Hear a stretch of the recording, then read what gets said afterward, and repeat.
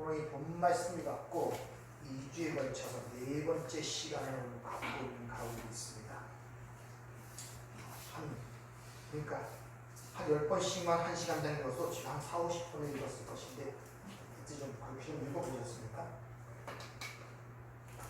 이 본문 말씀.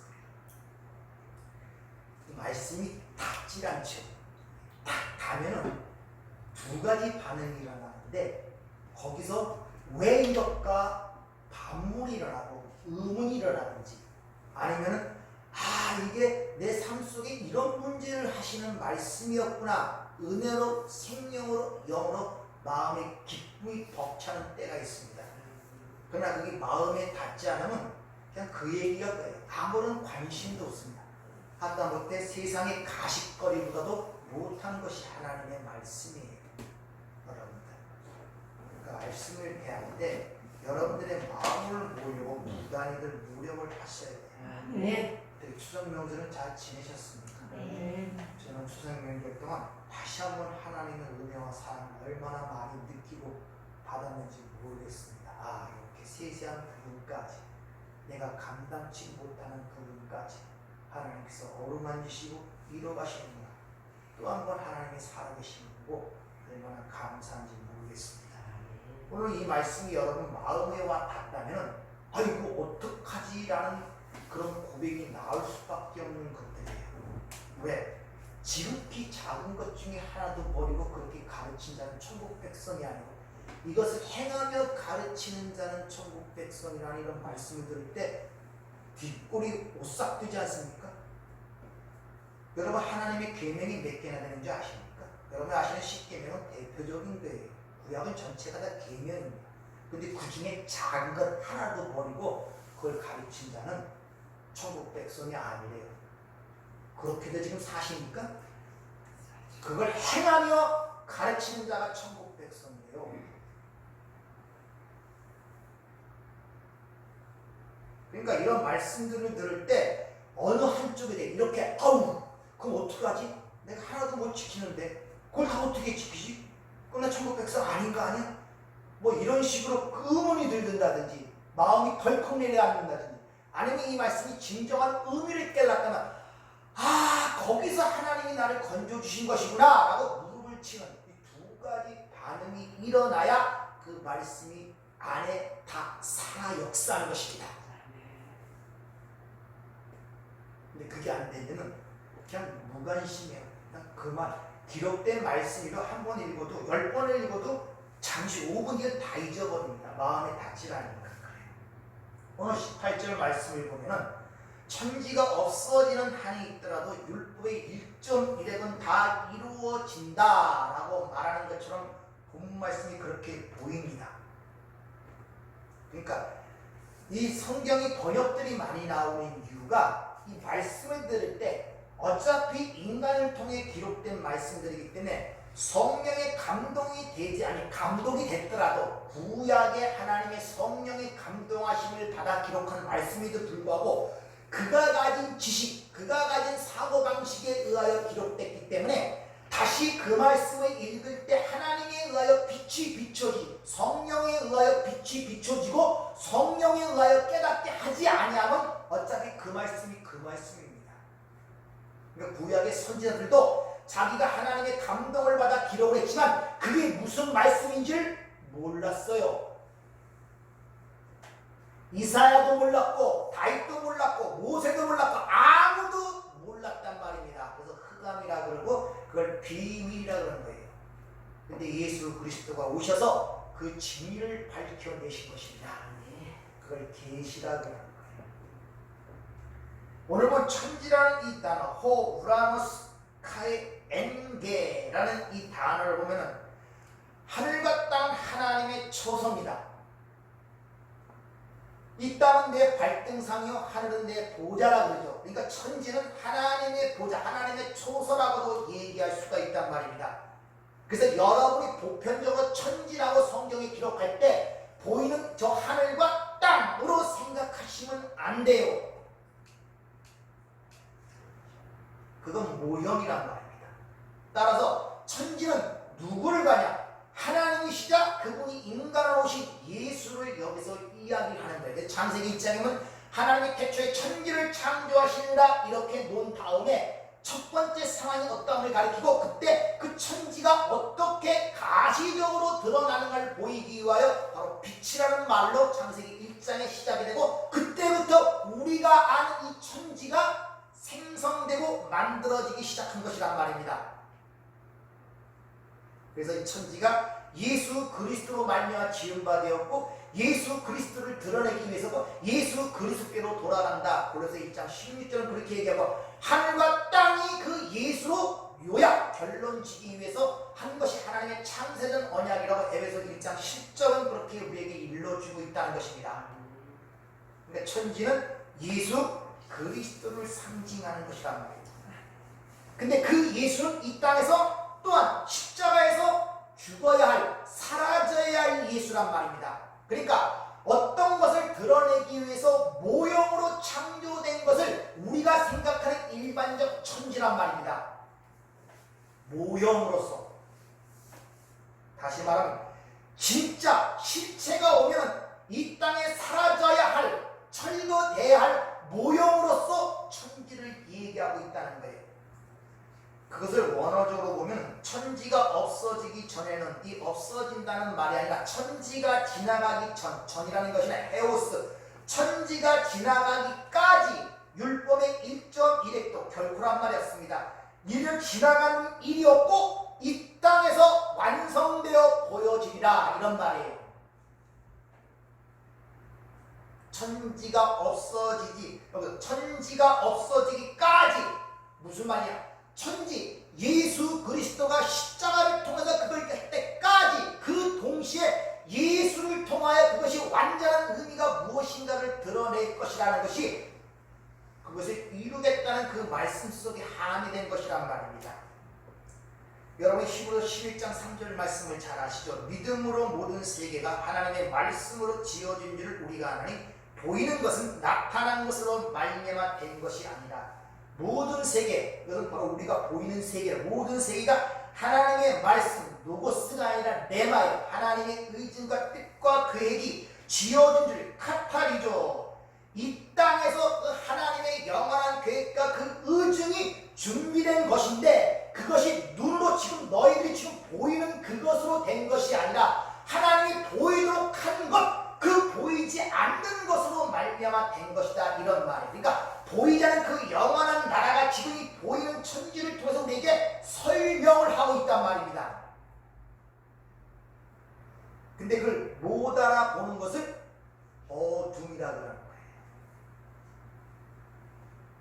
다시 말하면 진짜를 설명하는 일이 완성이 되면 가짜는 모형은 사라진다 이 말이에요.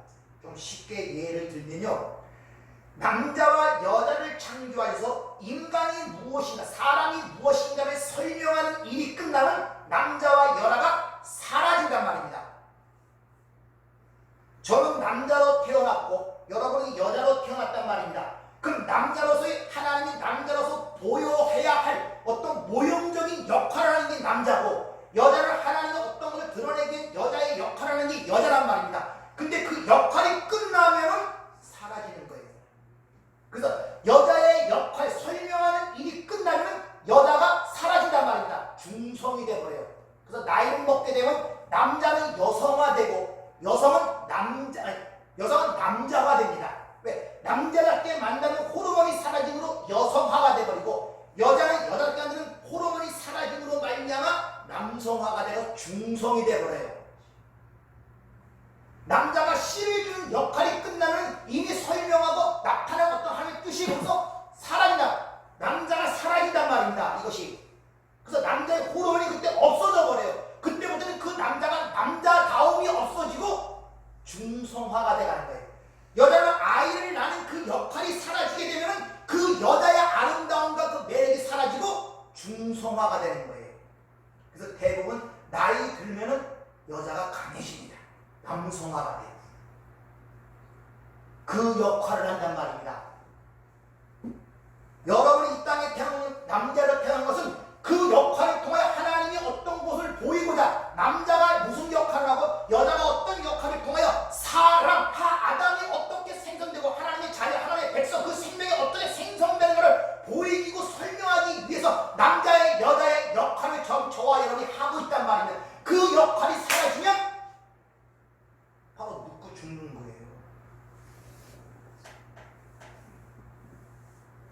여러분도 폐경기라 그러죠. 그 여자 역할이 사라지면 그때부터 그 여자의 아름다움과 여자다움이 사라지고 남성화가 진행됩니다. 남자도 마찬가지고 씨를 주는 그것이 희박해지고 약해지면 그때부터 남자다움이 사라지고 중성화가 되어요. 그런 의미란 말이에요. 모든 것들은 역할 분담을 하여 하나님의 어떤 것을 드러내기 위해 주어진 것이지 그 역할이 끝나면 사라지는 거예요. 다. 이 천지 만물이 그렇단 말입니다. 그래서 옛 성전, 옛 하늘과 옛 땅, 또 그 모든 걸 담고 있는 그 예수가 사라질 때 새하늘과 새 땅이 드러나고 예루살렘 새 성전이 드러나고 하나님의 자녀가 거기서 드러나는 거예요. 네.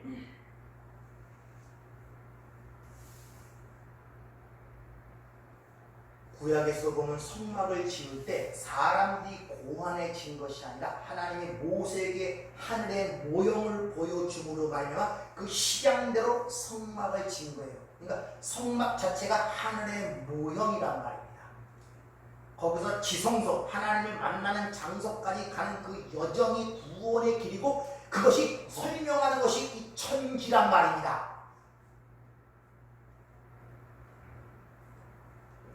그래서 그 하늘과 땅을 담고 오신 분이 예수이기 때문에 에베소 1장 10절에 하늘과 땅을 예수 그리스도로 통일되게 하려 하시다. 아나 케팔로 나오마이 예수로 결론, 예수로 요약되게 하신다. 하늘과 땅이 예수로 결론 지어진단 말입니다. 그러니까 그 옛 하늘과 옛 땅이 예수가 천지가 상징하는 그 예수가 십자가에서 그 육신이 깨어짐으로 말미암아 새하늘과 새 땅이 형성이 되고 새로운 자녀와 새 성전이 드러나는 것입니다. 그것이 장막이 찢어진다는 식으로 성경은 내게 설명해 주고 있는 거예요. 그래서 주님께서 요한복음 2장에 보면 이 성전을 헐라 그러죠. 보이는 성전. 뭘 얘기해? 바로 성전된 자기 육체를 가리킵니다. 내가 십자가의 죽음으로 말미암아 진정한 이 보이는 것들이 진정 원형과 실체가 드러날 것이다 이런 말이에요. 그걸 모르면은 계속 십자가에 달린 예수만 붙들고 가는 거예요. 왜? 뒷것을 모르니까. 그러니까 가톨릭이 맨날 십자가 예수 달린 십자가만 있잖아요. 그래서 눈물을 흘리고 뭘 하고 맨날 그 무상숭배란 말입니다. 예수는 죽으려고 왔다니까요. 그걸 계시라고 하는 거예요. 아폴로칼립시스. 그래서 계시록 1장 1절 시작할 때 계시록은 하늘과 땅이 동시에 설명이 되죠. 예수 그리스도의 계시라 이렇게 시작이 되는 것입니다. 그래서 성경은 이 보이는 천지는 사라진다고 기록하고 있단 말입니다. 그래서 시편 102편 26절 천지는 없어지려니와 주는 영존하시겠고 그것들은 다 옷과 같이 날들으니 의복같이 바꾸시려니와 주는 한결같으시고 주의 연대는 무궁하니라. 그러니까 우리가 아는 이 세상 이 천지는 처음서부터 없어지기로 하고 창조가 된 거예요. 영원한 것이 아니란 말입니다. 저와 여러분도 마찬가지고 1.1핵이라는 이 단어 때문에 율법의 세목 하나하나를 다 가리키는 것처럼 많은 분들이 오해하고 있는데 지난주인가 제가 한번 설명해드려요. 1점이라는 이 단어가 에이스 이오타라는 이오타라는 헬라어가 사용되는데 그 히브리가 24자음이 있는데 그 중에서 가장 작은 자음이 바로 요드입니다. 그것이 이렇게 저 하나 삐친 거예요. 그것을 그러니까 가장 작은 것 중에 작은 것을 강조할 때 드러나는 것이 바로 이 이오타, 요드라는 단어를 사용합니다. 근데 이게 굉장히 중요해요. 여호와라는 단어가 첫 번째 시작되는 게 바로 이 요드로 시작돼요. 보이지 않게. 자음의 의미는, 자음가로는 그게 성령을 의미하는데 요드, 해, 나부, 해. 그게 여호와, 헬라어.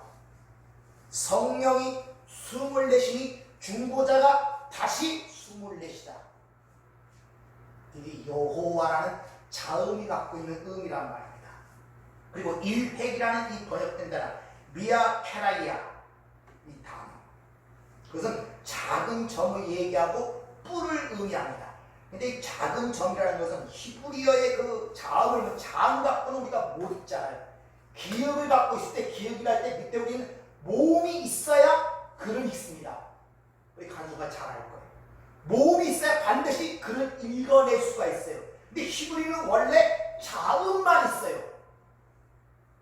하나님이 이스라엘 백성들에게 히브리어는 자음만 있어요. 그러니까 그건 읽으라고 준 것이 아니라 가지라고 준 것이 원래 히브리어의 뜻입니다.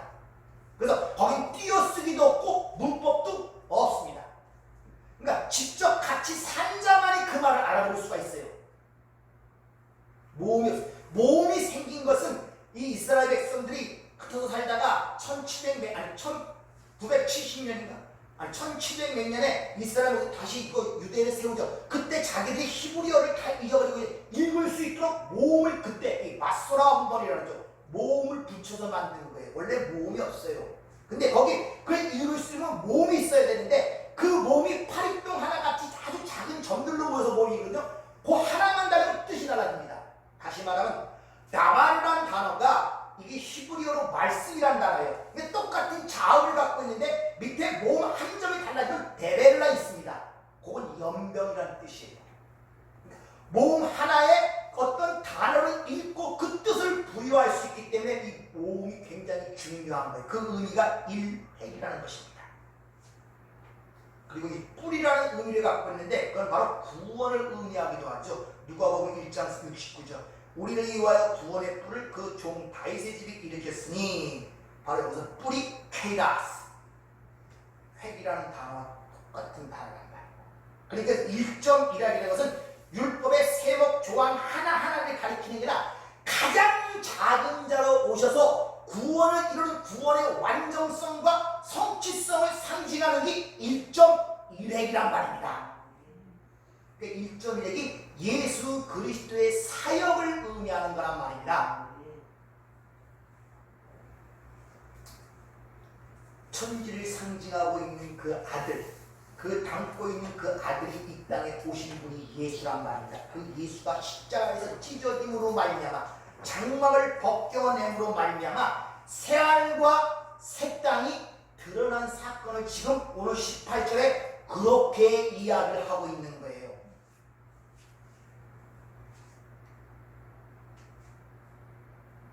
그게 하나님 나라의 완성인 것입니다. 계시록 21장 1절을 본문에서 그랬죠. 새하늘과 새 땅이 있고 옛 하늘과 옛 땅이 그리고 바다도 다시 있지 않더라 이렇게 시작되죠. 십자가의 죽음으로 말미암아 그것이 벗겨지고 온전한 것이 드러났단 말입니다.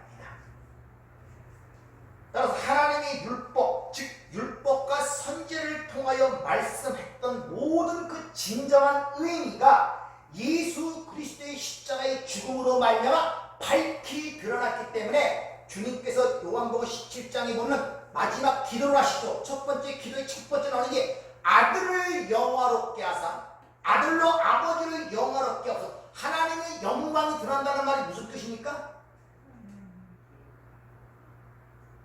네? 내가 열심히 뭘 해갖고 그 칭찬도 어떤 그 보상과 결과로 하나님께 영광이요? 무슨 말이 했습니까? 하나님의 뜻과 계획이 우리를 통하여 드러나는 그러면 겁니다. 아들로 영화롭게 한다는 말이 뭡니까? 나를 통하여 아버지 그 뜻이 드러남으로 말미암아 그걸 통하여 아버지 온전한 뜻이 선포되고 나타나기를 기도하는 것이 바로 17장 1절의 그 기도의 첫 번째 얘기라고 말합니다.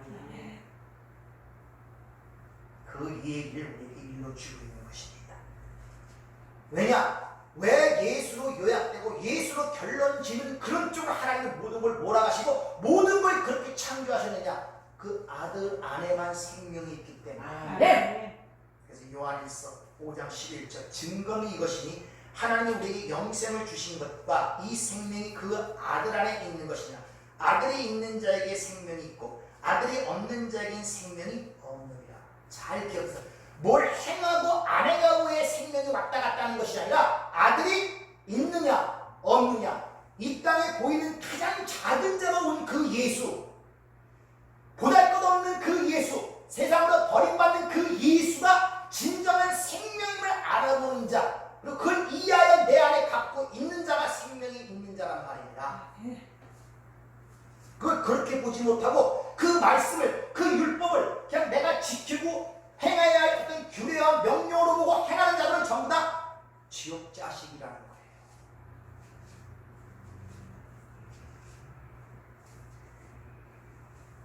이렇게 하나님께서 그 아들을 통하여 완성하신 후에, 그러면 그 완성하신 것을 그 백성들에게 가르치고 가르쳐야 되지 않습니까?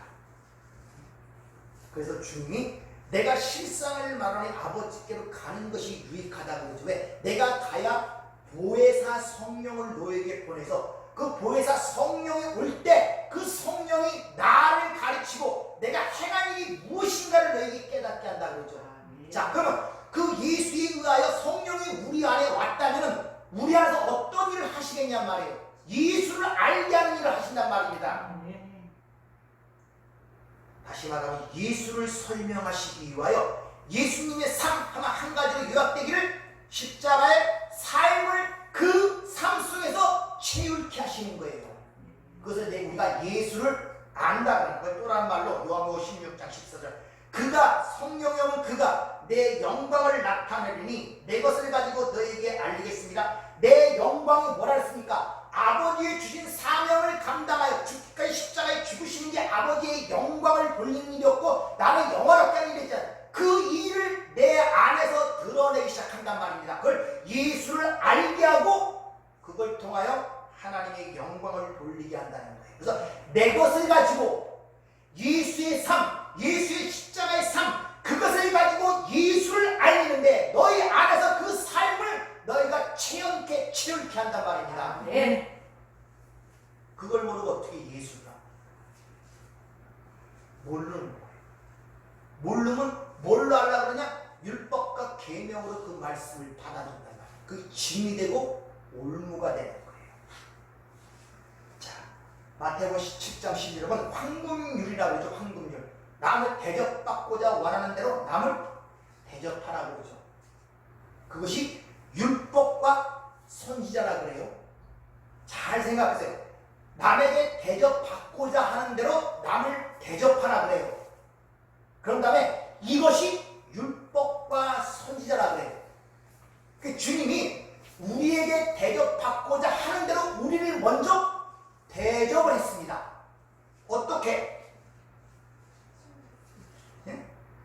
율법을 하나하나 세세하게 지켜갖고 만약 우리 율법을 그렇게 완성을 시켜서 우리를 대접했다고 하면 그 대접을 우리에게 또 받아야 된다는 게 아닙니까? 그 대접을 요구하신다는 것이죠. 그럼 예수가 일반적으로 생각하는 율법과 1.1억을 다 이뤘다는 그 말을 하나하나 지켜갖고 그 율법을 완성시켜서 우리를 대접했다고 하면 우리도 똑같이 그런 식으로 대접을 해야 되잖아요. 여러분 지금 그 대접하고 있습니까? 그렇게?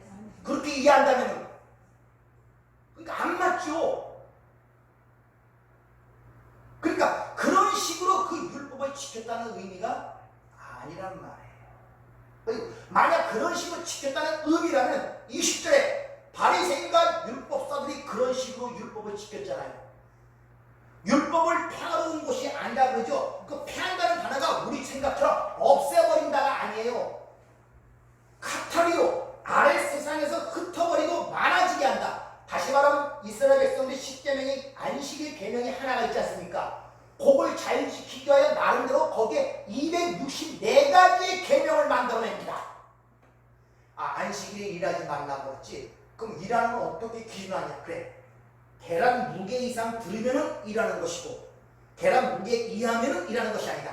또 일하는 100보 이상 걸으면 일하는 것이고 100보 이하가 되면 일하는 것이 아니다. 이렇게 200몇 가지나 계명을 만들어냈단 말이에요. 그걸 율법을 폐한다는 의미란 말입니다.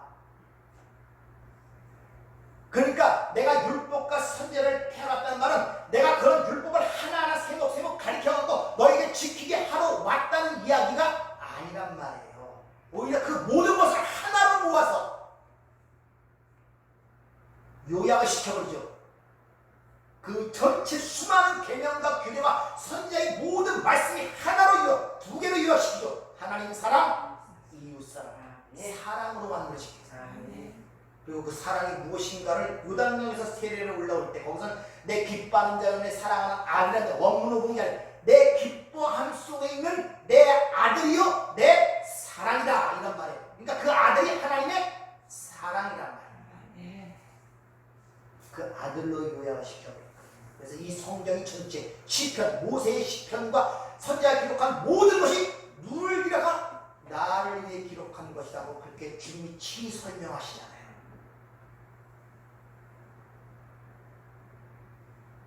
오늘 19절 말씀을 한번 잘 보세요. 뭐라고 써 있습니까?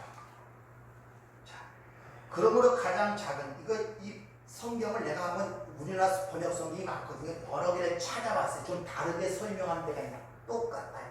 공동번역 성경 19절을 보면 그러므로 가장 작은 계명 중에 하나라도 스스로 어기거나 어기도록 방을 가르치는 사람은 누구나 하늘나라에서 가장 작은 사람의 대접을 받을 것이요 스스로 계명을 지키고 남에게 지키도록 가르치는 사람은 누구나 하나의 큰 사람이다. 세번역 성경도 말해요. 누구든지 이 계명 가운데 아주 작은 것 하나도 어기고 사람들이 그렇게 가르치는 사람은 하늘나라에서 아주 작은 사람으로 일컬어질 것이요 누구든지 계명을 행하며 가르치는 사람은 하늘나라에서 큰 사람일 거다. 바른 성경도 마찬가지. 그러므로 누구든지 이 계명 가운데 가장 작은 것 하나도 버리고 사람들이 그렇게 가르치는 자는 하늘에서 가장 작다고 불릴 것이고 누구든지 그걸 행하며 가르치는 자는 하나의 크고 똑같아. 행하며 가르쳐야 된다는 거예요. 작은 계명 하나도 버리고 가르쳐야 된다는 것입니다. 누가 그럴 사람이 있어요? 근데 그걸 아무 생각 없이 받아들인다니까요. 마치 자기가 지킬 수 있는 것처럼. 그럼 은혜로 구원받는다는 말과 일단 모순이 되잖아요. 값 없이 공로 없이. 그럼 이 말씀이 일반적으로 생각하는 바리새인과 서기관들이 생각하는 그런 말씀이 아니라는 것이 벌써 생각이 되어져야 되잖아요, 여러분들.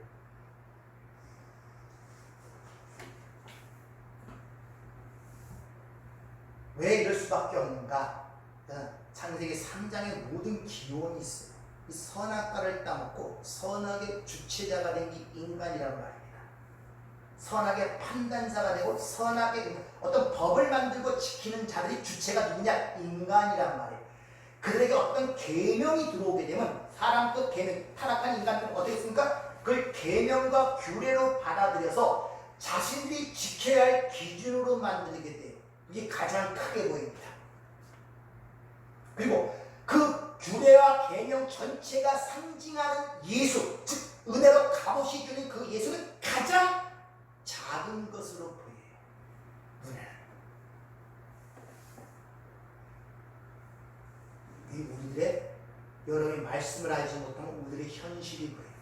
내가 어떤 행함과 어떤 것들은 크게 보이고 행할 능력이 있는데 진짜 그 예수는 내 안에서 작은 자로 존재합니다. 잘 감지가 되질 않아요. 내가 이것을 행하고 저것을 행하고 뭘 지켰으면 그걸 크게 느껴지고 자기의 자부심과 자기의 의로 갖게 된단 말입니다. 자아 구축의 어떤 도구와 권력의 도구를 한다. 그러면서 그걸 갖고 바리새인들처럼 나는 저 세리와 같지 아니함과 저 가늠한 여인과 같지 않은 자긍심을 갖는단 말입니다. 계명 지키기 크게 돼요. 근데 그거 전체가 얘기하는 예수는 어느 밑바닥에 깔려있는지 잘 생각이 나지 않아요.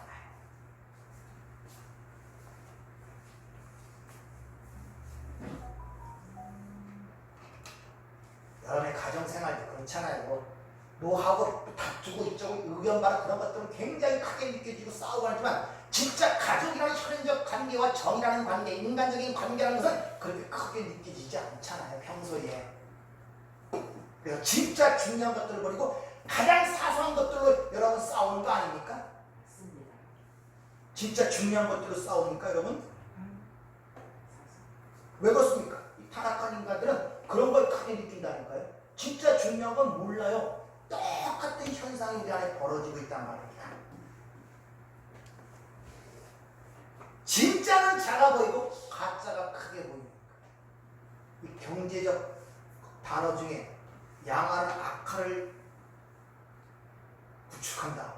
그레시안의 법칙이라는 게 있습니다. 우리가 그냥 갖고 다니는 지폐, 이거 사실 아무것도 종이째가리 종이째. 진짜는 금이란 말이에요. 그래서 금 보유구가 그 나라의 진짜 부강함을 가리켜요. 진짜는 이 금인데 그 진짜를 가리키는 금은 없어져 버리고 그것을 상징하고 보여주기엔 지폐만 난무하게 되는 거예요. 우리의 삶의 현실이 전부 다 그래요. 지금 진짜는 작아 보이고 별로 중요치 않은 것들이 크게 보인다. 왜? 그것이 통하여 나의 자아 구축, 자신의 자랑 이런 것들이 형성되기 때문에 그래요. 그래서 무슨 얘기라면 너는 나한테 이렇게 해줬어? 해준 적 있어? 라고 반문이 나가는 거예요. 자기한테 그게 크게 보이거든요. 인간적 관계는 크게 안 보여요. 부부간의 관계라는 것도 그 관계성에 대해서 잘 몰라요. 모르니까 해준 것, 나타난 것에 의하여 판단을 내기 시작한단 말입니다. 그거에 의하여 그 사람의 가치 평가가 되는 것입니다. 그러니까 결혼할 때 혼수가 문제가 돼요. 별수없지 않은 것 때문에 이혼하고 싸운다고 서로 감정 상하고. 인간이 그렇다니까요. 이같이 하나님이 값없이 주는 것들은 꼭 사람들로부터 냉대를 받습니다. 왜? 은혜라는 것은 그 사람의 존재 가치를 부정하기 때문에 너는 그걸 받을 자격이 없는 자에게 주는 것이 선물이고 은혜란 말입니다. 근데 그걸 내가 인정해야 되니 안 받는 거예요. 누가복음 9장 48절 보면 그들에게 이르시되 누구든지 내 이름으로 이런 어린아이를 영접하면 곧 나를 영접하며 누구든지 나를 영접하면 곧 나를 보내신 이를 영접하며 너희 모든 사람 중에 가장 작은 그가 큰 자니라. 여기서 예수님을 포함하여 거의 모든 자 중에 가장 작은 자가 누굽니까?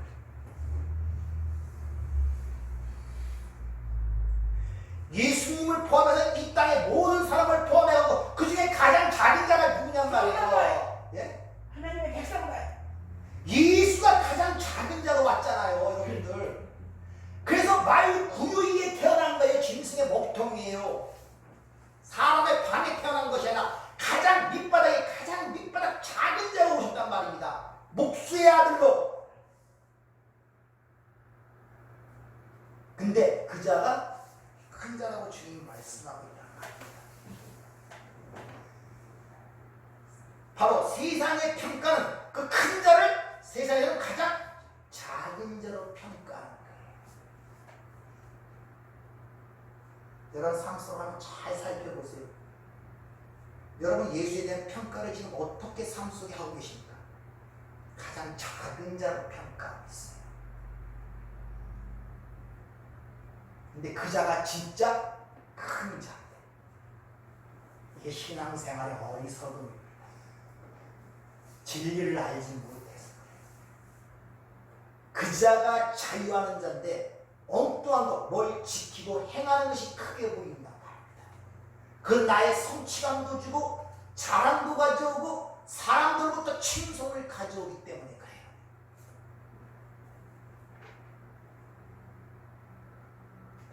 따고 지극히 작은 것이어도 버리고 이것을 가르치는 자는 천국에서 작다 이 그름을 받으리라. 그 말씀이 무엇인지를 이해하게 되겠죠. 가장 작은 것을 버리고 무슨 뜻이겠습니까?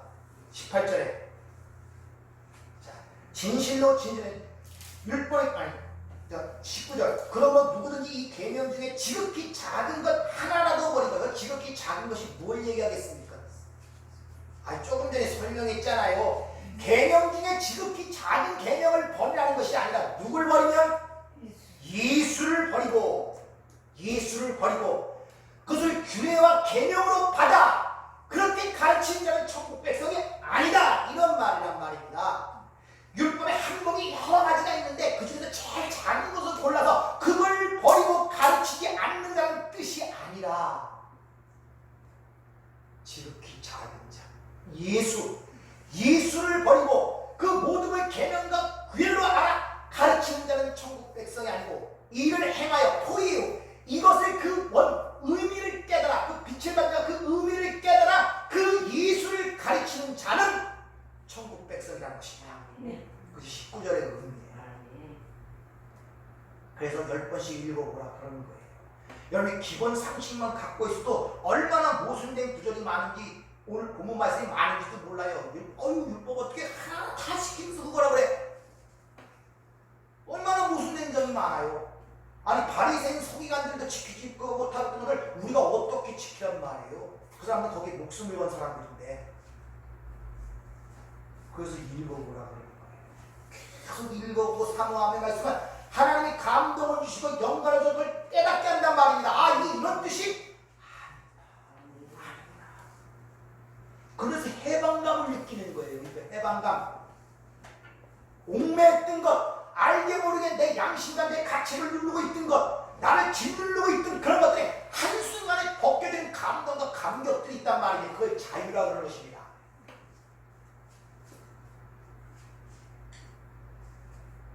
19절 말씀이 본문대로 작은 계명 하나라도 버리지 않고 다 행하면서 가르치는 자가 천국 백성이라고, 그렇게 진짜 그런 의미라면은 그렇게 가르치는 자들, 뒤 29절에 왜 바리새인과 서기관들의 더 의보다 낫지 못하면 천국에 들어가지 못한다는 말이 거기에 있으면 안 되잖아요. 진짜 19절의 말씀을 문자대로 받는다면은 그렇게 살던 자들이 바리새인과 서기관들이었단 말입니다. 근데 그들의 의를 부정해버리잖아요. 그들로는 천국에 못 들어간다.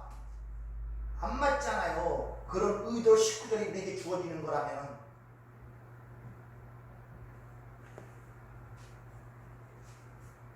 따라서 율법과 선지자를 완성한다는 이야기는 예수님의 십자가의 사건을 이야기하는 것이지 우리에게 요구되는 어떤 행위적 규범의 얘기가 아니란 말이에요.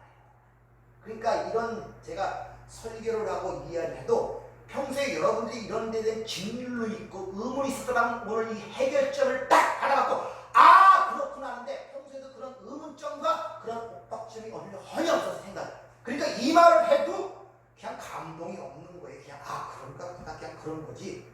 왜? 평소에 거기에 대한 마음의 담이 없었거든요. 진짜 우리는 그 율법을 지켜야 되는데 하나도 지키지 못하면 천국 백성이 아니라는데, 특히 행하며 가르쳐야 된다는데 실제 내 삶은 그렇지 않잖아요. 모든 게 불확실하지 않습니까? 내 자체도 내 양심이 나를 억압하지 않습니까? 그렇게 행하고 가르치도 못하는데 그런 걸 갖고 살고 이 말씀이 그런 것 같아서 이렇게 살던 사람들이 오늘 이 설교가 나갈 때 그 말씀 속에 묶여있던 실마리를 풀어버리고 족쇄를 풀어버린단 말입니다. 그때 말씀의 오묘함이 있는 거예요. 자유함이 있단 말입니다. 아 그렇구나. 여기서 하나 풀려 들어가면 다 풀려 들어가는 거예요. 근데 여러분들이 읽을 때 아무 그것이 없어 읽어서 그래요. 오늘 17절 20절까지 그냥 진짜 제대로 읽어놓으면요 천국 갈 사람 아무도 없어요. 그건 구원받는 게 뭐지? 하나도 살고 다 행하면 가르쳐야 되는데 난 사실 지금 그렇지 못한데 이런 의문과 갈등이 생긴단 말이에요. 근데 그런 게 나도 풀려고 노력을 하지 않고 그냥 감춰져 버리는 거예요. 자꾸 줬어요. 항상 한쪽에 무거운 마음이 있어요. 신앙생활 하면서 이게 하나하나 떨어져 나가야 되는데 그 무거운 마음이 항상 감춰져 있고 신앙생활 할 때 힘든단 말입니다. 법이라는 것은 주체자가 하나님이 되셔야지 인간이 돼서 법을 만들어서 놓으면 만들어 놓은 자가 그걸 지키냐? 못 지키냐? 지금 세상의 법들이 다 인간들이 만들어 놓은 법 아닙니까? 근데 인간들이 지킵니까? 안 지키니까 감옥이 꽉 차고 그러는 거예요. 교도소도 만들고 치안이 점점 많아지고 경찰도 많아지고 못 지키요. 인간은 하나님만이 법을 제정하시고 그 따라서 법을 제정한 법의 주체자가 되었다면 반드시 법의 주체는 그것을 지킬 능력이 있어야 돼요. 근데 인간은 만들어 놓기만 하지 지키지를 못해요. 하나님만이 만드셔야 하나님만이 지키는 것입니다. 그래서 하나님의 공의가 그 아들을 그 법 때문에 십자가에 못 박아버리는 거예요.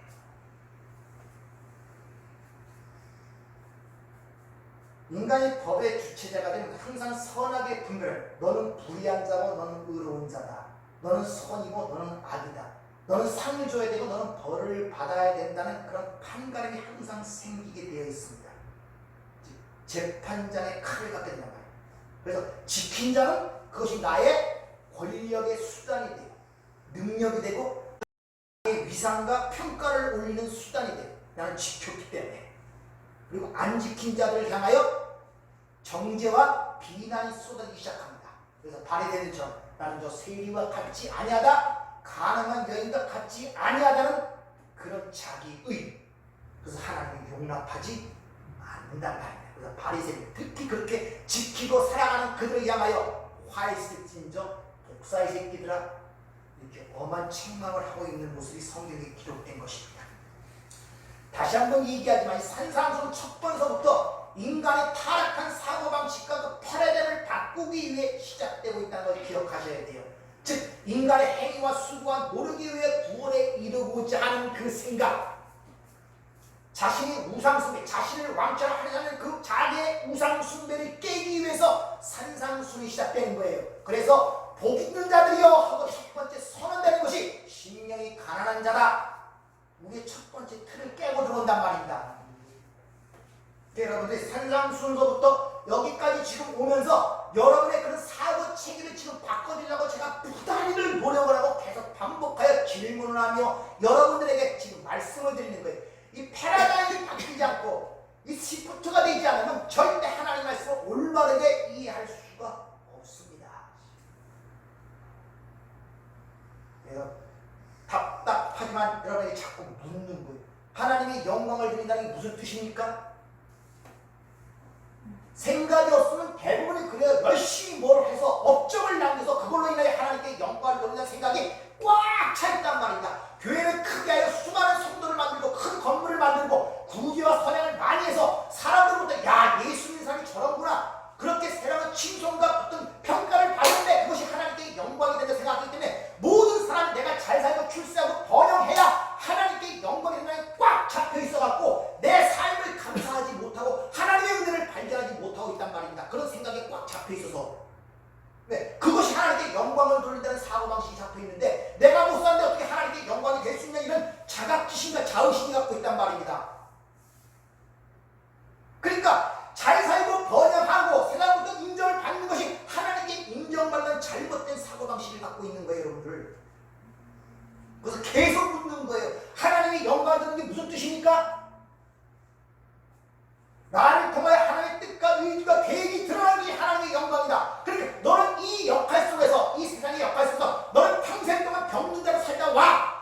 그걸 잘 감당하는 것이 하나님께 영광이란 말입니다. 꼭 바로 왕처럼 바벨론 왕처럼 왕으로 대통령으로 총으로 살아가는 것이 하나님의 영광 돌리는 것이 아니라 이런 잘못된 오해 때문에 전부 다 요셉의 꿈을, 야곱의 꿈을 본받자, 요셉처럼 총리가 되자, 이런 소리들을 했었는 거예요. 요셉이 뭘 의미하는지도 모르니까. 그러니까 매사에 그러시고 보니까 삶에 감사가 없어요. 하나님의 은혜를 발견하지 못해요.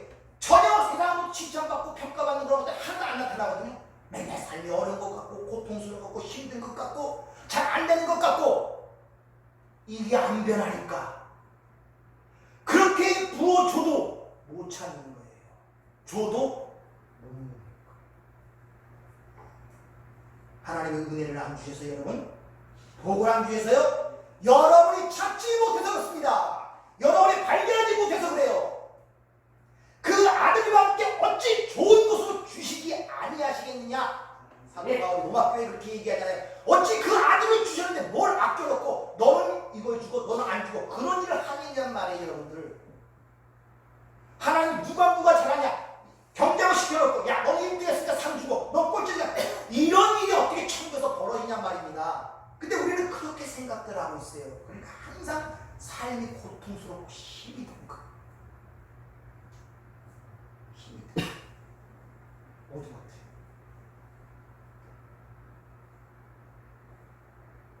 이렇게 우리를 파괴하고 우리를 부인하기 위해서 산상순이 시작되는데 이걸 깨닫지 못하면 항상 하는 말씀을 행위와 규례의 규범으로 명령으로 알아들어서 진과 올무가 되어버립니다. 그러니까 이 말씀을 하나님이 주신 의도와 거꾸로 알아들어버린 것입니다. 의도는 그게 아닌데 거꾸로 알아들어요.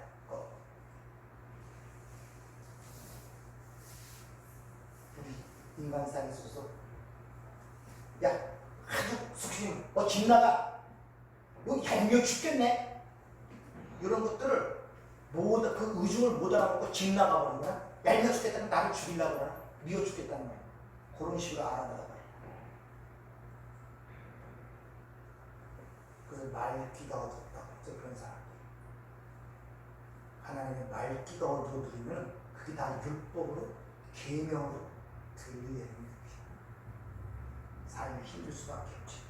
로마서 8장 4절에 보면 육신을 따르지 아니하고 그 영을 따라 행하는 우리에게 율법의 요구를 이루어지게 하십니다. 잘 이해하세요. 자, 예수님이 율법의 요구를 완성시켰습니다. 근데 우리에게 영을 따라 행하는 우리에게 역시 율법의 요구를 이루어지게 하심이라고 이렇게 얘기하죠.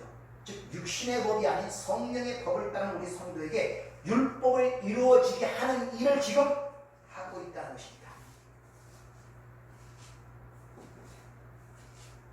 율법에. 자, 그럼 한번 묻겠습니다. 성령이 우리 안에서 율법의 요구를 이루어지게 하신다고 합니다. 그러면 자, 예수님이 율법의 요구를 어떻게 완성하셨습니까? 십자가에 죽으신. 그렇죠. 예수님이 율법의 요구를 하나하나 지켜서 이 요구를 완성시킨 게 아니라 십자가의 죽으심으로. 그렇죠. 그럼 성령이 우리 안에 와서 우리에게 율법의 요구를 이루어지게 하신다는 그 말이 무슨 말이겠습니까?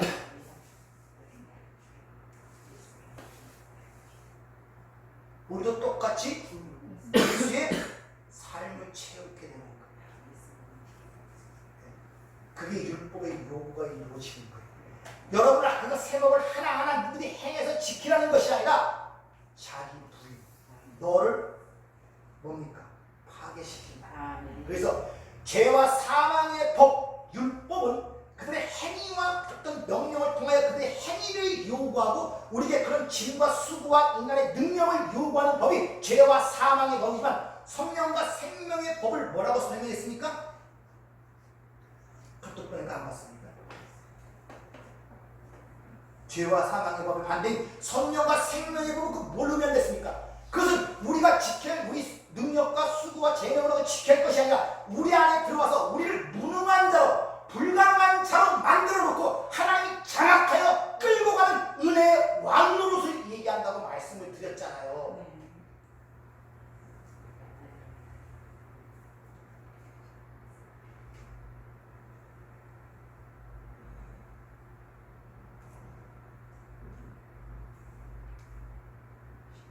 따라서 우리 안에서 예수의 삶을 드러나게 한다는 것은 예수의 십자가의 삶을 치르게 하는 건데 그것이 바로 예수가 십자가의 죽으심으로 율법을 완성시킨 것처럼 바로 율법의 요구도 우리 안에서 완성시킨 그 내용의 의미란 말입니다. 예수가 우리를 대신하여 십자가에 죽으셨다는 말은 우리 삶 속에 십자가의 삶을 제거해 주셨다는 말이 아닌 걸 아셔야 돼요. 예수가 나 대신 십자가에 죽었어. 그래서 나는 이제 십자가 지지도 않아야 된다. 그렇게 생각을 하신다면 십자가의 삶을 제거해 줬다고 생각한다면 주님이 자기 십자가를 지고 자기 부인하고 나를 따르는 말 할 필요가 없잖아. 십자가를 제거해 줬는데 근데 왜 자기 십자가를 지고 자기 부인을 해야 나를 따를 수 있다는 말이 거기 왜 첨거되어 나오고 있는 말이에요.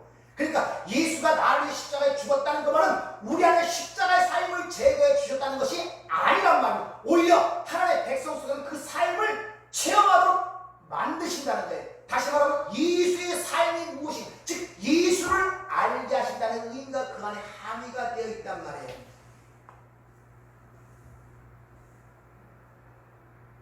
따라서 구약의 율법이라는 것은 우리에게 지키라고 준 것이 아니라 지킬 수 없음을 깨닫고 그것을 지키지 못했을 때 어떤 일이 일어나는가를 이 땅에서 경험을 통하여 체험을 통하여 하면서 그 와중에서 옛사람, 혈과 육이 거기에 깨져가는 거예요. 나는 하나님이 아니면 죽은 자구나, 먼지구나, 흙이구나를 깨달아가는 거란 말입니다. 그래서 이 땅을 하나님의 정죄와 진노 아래 있다 그러죠. 세상 사람들은 이 땅의 삶이 마치 행복한 삶일 건데 성경적으로 전부 다 저주의 삶이고 하나님의 진노 아래 삶이라 그래요. 여러분도 자꾸 깨달아 갈수록 그런 처절한 그 흑암의 모습들이 자꾸 발견이 돼야 돼요. 어떤 행위를 통하여 결과를 보고 하는 거냐. 내 삶 속에, 내 마음 속에, 생각 속에 나타나는 그 수많은 것들 보면서 야, 어쩔 수 없는 것이, 그래서 혈과 육은 하나님의 것을 받을 수 없구나, 그래서 이것이 깨어져야 하는구나를 절절하게 알면서 가는 우리 신앙생활이란 말입니다.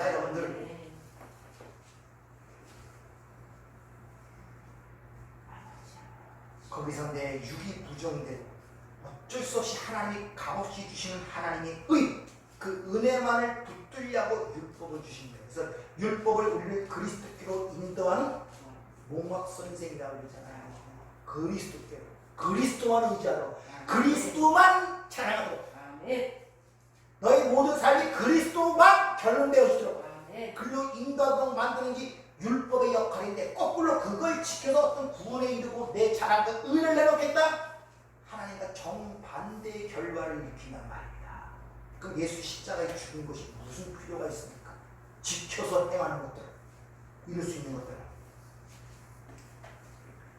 따라서 하나님의 말씀, 하나님의 말씀이라는 것은 그 안에 모든 것이 함유되어 있습니다. 이 세상 자체가 하나님의 말씀으로 창조됐죠. 그러니까 말씀이라는 것은 포괄적 의미, 하나님 자신을 상징할 수도 있고 이 우주 만물을 상징할 수도 있고 율법 같은 규례와 계명, 그 안에 다 함유된 것이 말씀이란 말입니다.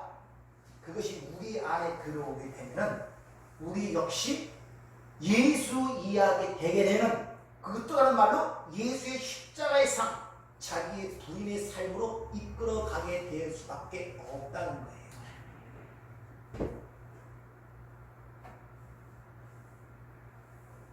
거기서 내가 부인되는 만큼 하나님의 영광만이 오롯하게 드러내는 것입니다. 그걸 보여주기 위하여 부자와 나사로의 얘기가 같이, 나사로의 별다른 거 있었어요? 병든 몸을 갖고 남의 집에서 얼어먹다 살다 가는 거 더 있습니까? 뭐 착한 일 했다고 써 있습니까? 잘 살았다고 그래요? 남에게 선행 베풀고 그랬단 말이 있습니까? 잘 살고 못 살았다는, 이 대표적 상징적이면 너희들이 생각하는 삶, 부자, 이게 율법이란 말입니다. 근데 너희들이 생각하는 가난한 자, 나사로란 말입니다. 이 땅의 여성의 삶은 딱 세 구절의 부자였고 나사로였고 죽었다. 이 세 구절의 이야기. 그 이후의 이야기가 기록이 되는데 반대 현상이 일어나요. 하나는 아브라함의 품에 있고 하나는 혀를 서늘케 한 물방울 하나 가지고 말씀이 없는 곳에서 고통받는 모습이 있죠. 그러자 이 부자가 뭐라고 부탁합니까? 나사로를 보내요. 내 형제 다섯이 뭡니까? 오경, 율법이란 말이야. 이 땅에 아직 있다는 거예요. 그들에게 가서 바로 하나님께 회개하라고 전해달라. 이런 일이 있다고 가서 전하면 죽은 자가 살아나서 그 얘기를 한다면 그들이 믿을 것이다. 뭐라 그럽니까? 그들이 그 땅에 있는 말씀을, 율법을 사랑으로 그 아들로 이해하지 못하면 죽었다가 산 자가 가서 이야기하더라도 소용이 없다는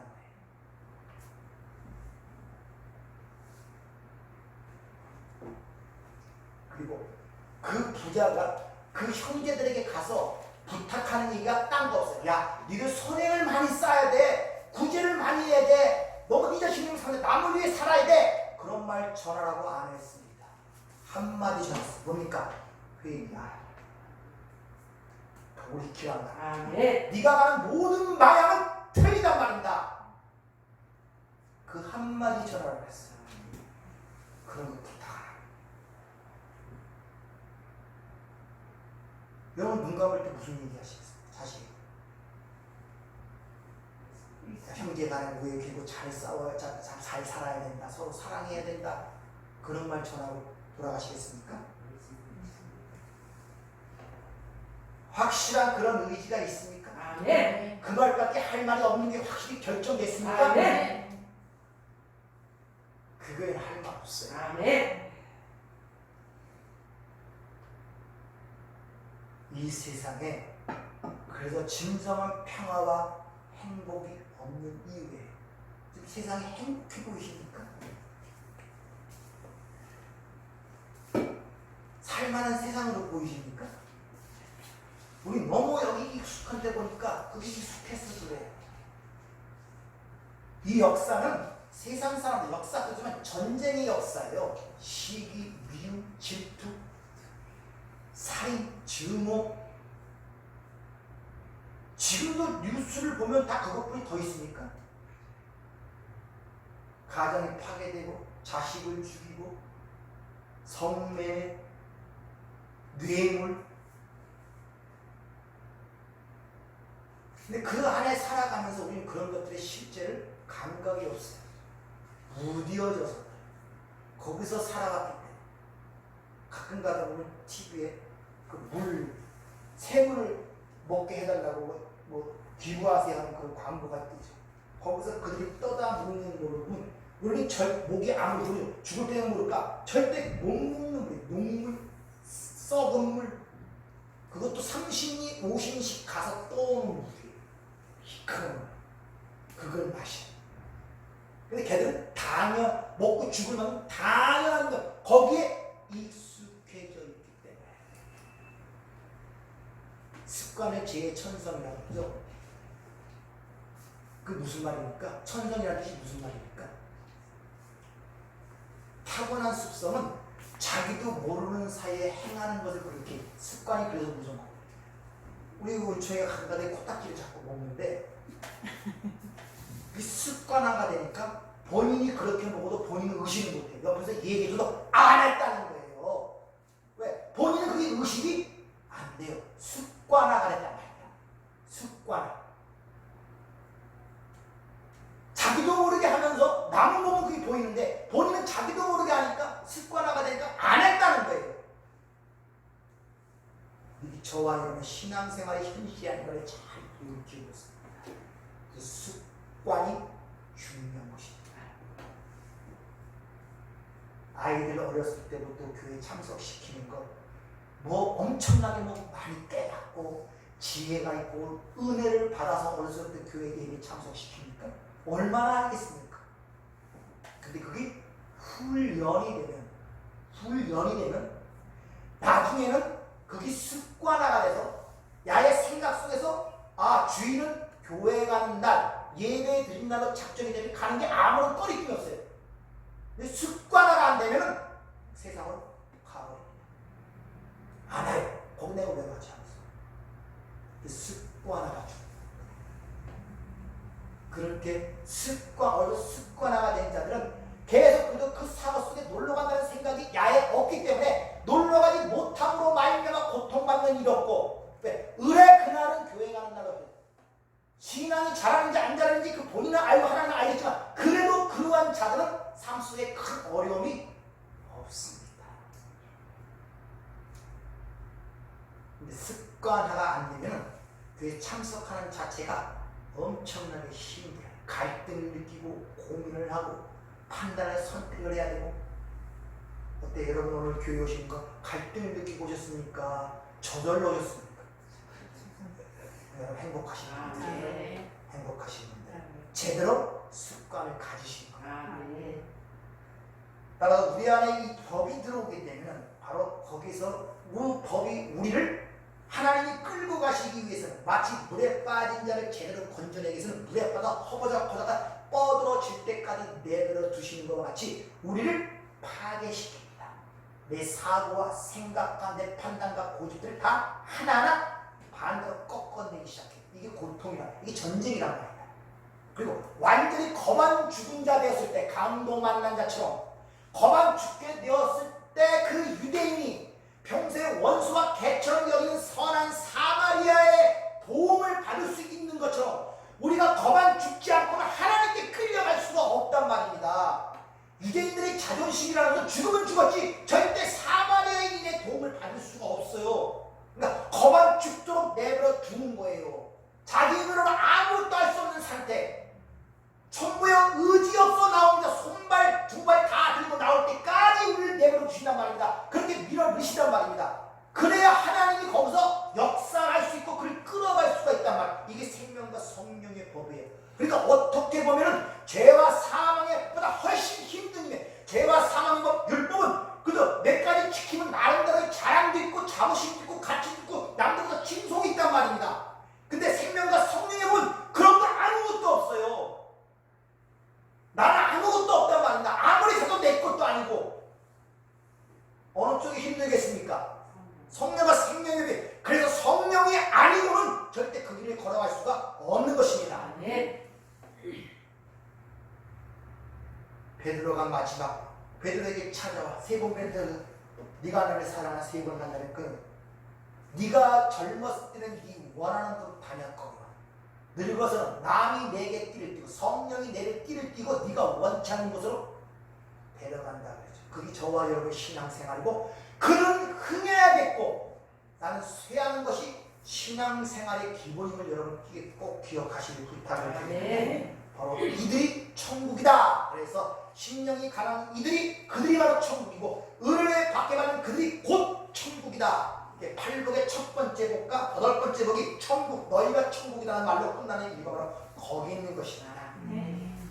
이 율법의 1.1에 다 이루고 이런 말씀으로 부모 말씀들은 4번에 걸쳐서 사실 이거 갖고 한 달 이상을 해야 됩니다. 계속해서 못 알아들어요. 거기에 다 연결되는 것들이기 때문에. 그러니까 여러분 그걸 한번 쭉 읽어서 유일무이하게 나름대로의 틀을 세워서 설명할 수 있을 정도까지 읽어서 숙독을 해서 내 것을 만들어서 씹어서 소화를 시켜서 내놓을 정도가 되면 그때 내 거 되는 거예요. 그러니까 심심풀이 땅콩처럼 가끔가다 한 번씩 보세요. 길지 않잖아요. 한 번씩 쭉 보고 4편까지 있으니까 한 번 또 읽어보고 또 읽어보고 한 100번 읽어보면 대충 이게 선이 씁니다. 그래서 그렇게 한번 틀이 거기 딱 형성이 되면 그 다음부터는 엄청 쉬워요. 대충 그 위에 보면 옛사람은 이렇게 말했지만 나는 너에게 이렇게 말하니 그 말이 이해가 되고 오늘 오후부터 시작되는 계명에 대한 설명이 나오죠. 살인하지 말라. 아 이것이 우리가 생각하는 사람을 죽이는 세상의 살인하는 그런 뜻이 아니구나를 금세 깨달을 수가 있습니다. 아니면 세상 상황이 나처럼 아 사람을 어떻게 죽이지? 아니 인간 세상에도 사람을 죽이는 일이 흔하지 않잖아요. 뭐 자주 죽입니까? 매일매일 죽여요? 그렇지 않게 무슨 첫 계명 혈관이 살인하지 말라는 그 단어가 나왔어요. 얼마나 사람을 많이 죽이기에. 우리가 생각하는 그런 살인하지 말라는 그런 의미가 아니라고 생각하는 그런 의미가. 또 이 얘기가 나오는데 자 숙제 냈는데 여러분 해오셨어요? 오른밤에 때문에 왼편을 돌려다는 그 말이 무슨 말인지.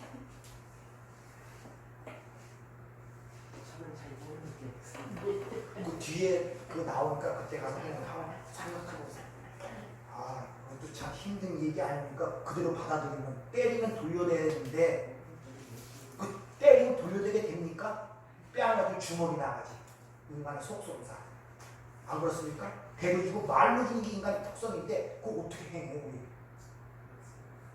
그러니까 그런 것들 한번 그런 고민 속에서 한번 여기저기 찾아보세요. 성경에서 오른쪽이라는 것이 어떨 때 사용되고 성경에 왼쪽이라는 말이 나오는가? 왼쪽이라는 거는 웬만하면 다 앱들 갖고 계시잖아요. 얼마나 여러분 공부하기 쉽습니까? 앱 들어가고 찍어놓으면 친구가 66건이 다 해쳐서 나오는데 아 왼쪽이 이럴 때 사용되고 오른쪽은 이럴 때 사용되는구나. 아 이런 의미가 있구나. 그럼 이런 의미를 한번 해석해보자. 숙제를 어렵게 만들라는 것이 아니라 그런 과정 속에 생각이 발달돼. 사고가 이것이 그래서 우리 숙제를 내고 한번 잘 살펴보시기 바랍니다. 기도하겠습니다. 은혜로 고참 이루신 아버지 하나님 감사를 드립니다. 진리가 너희를 자유케 한다 말씀하신 주님 우리가 진리를 알기를 원합니다. 말씀하실 때 성령께서 우리의 심령과 눈과 귀를 열어 하나님의 바른 뜻을 깨닫게 하시고 그 가운데 하나님의 능력과 하나님의 놀라운 은혜를 입어 이 마지막 때의 생명의 말씀을 전하는 저희가 될 수 있도록 축복하여 주시옵소서. 예수님 이름으로 기도하옵나이다. 아멘.